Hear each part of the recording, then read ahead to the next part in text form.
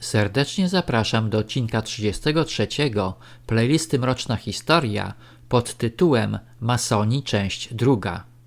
W poprzednim odcinku 32 opowiedziałem o 2 teoriach pochodzenia zakonu.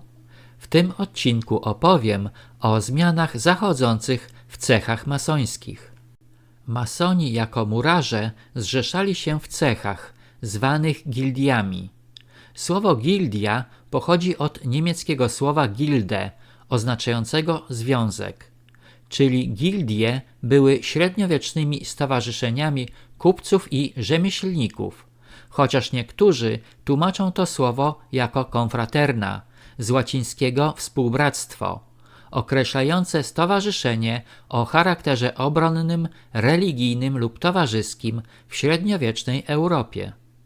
Jakkolwiek by to tłumaczyć, bez wątpienia masoni tworzyli zwartą grupę rzemieślników i ich cechy, albo inaczej gildie, z czasem zajęły pozycję organów uprzywilejowanych, które można określić współczesnym terminem wolnych korporacji. Do wybitnych osobistości propagujących sztukę budowania należeli między innymi święty Alban, król Alfred, król Edwin i król Atelstan. Pierwszym ośrodkiem masońskim założonym w Anglii był York, który był w dużej mierze pod kontrolą Culdis. Oprócz znanego statutu z Yorku z 926 roku nie przedstawiono do tej pory żadnych dokumentów potwierdzających istnienie cechów masońskich przed tą datą. Abbe Grandidier, pisząc ze Strasburga w 1778 roku, śledzi cały system masonerii niemieckich cechów. To wychwalane stowarzyszenie masonów jest niczym innym jak służalczą imitacją starożytnego i pożytecznego bractwa prawdziwych masonów, którego siedziba znajdowała się dawniej w Strasburgu i którego konstytucja została potwierdzona przez cesarza Maksymiliana w roku 1498. Skąpe dokumenty z XIV, XV i XVI wieku potwierdzają, że te same przywileje przyznano cechom masońskim w Anglii i Szkocji, którym przewodziła potężna szlachta. Za panowania Henryka VI zostały zniesione zgromadzenia masonów ustawą parlamentu i później królowa Elżbieta wysłała siły zbrojne w celu rozbicia dorocznej Wielkiej Loży w Yorku. Możliwe jest, że sama wspólnota, jak i otaczająca ją tajemnica wzbudziła podejrzenia władzy. Masoni mieli być prawdziwymi ludźmi wobec Boga i Kościoła Świętego, jak również posłuszni mistrzom, którym służyli. Mieli być uczciwi w swoim sposobie życia i nie wolno im było czynić nikczemności, która mogłaby oczernić rzemiosło lub naukę.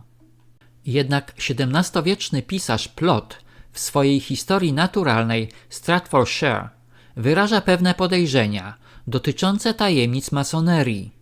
Uważa on, że jest mało wiarygodne, aby masonów łączyły jedynie tajemnice handlowe dotyczące sztuki budowlanej, ponieważ do lóż wprowadzono pewien element spekulacyjny, wynikający z faktu, że do połowy XVII wieku na czele rzemiosła stanęli nie tylko mecenasi szlacheccy, ale również zwykli panowie, zupełnie niezwiązani z budownictwem.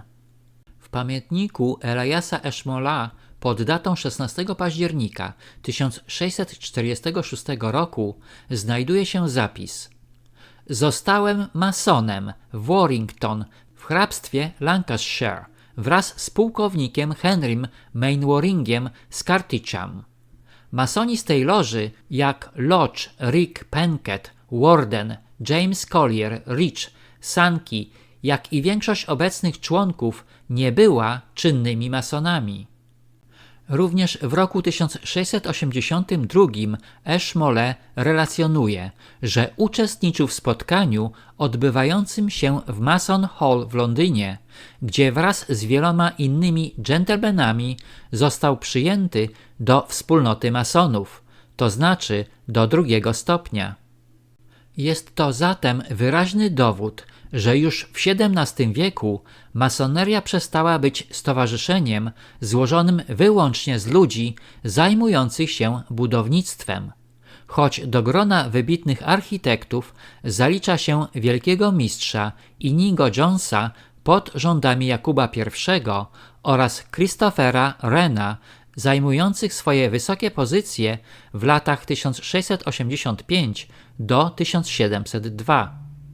Jednak dopiero w 1703 roku Loża Świętego Pawła w Londynie oficjalnie ogłosiła, że przywileje masonerii nie powinny być dłużej ograniczane do aktywnych masonów, ale rozciągnięte na ludzi różnych zawodów, pod warunkiem, że byli regularnie zatwierdzani i inicjowani do zakonu.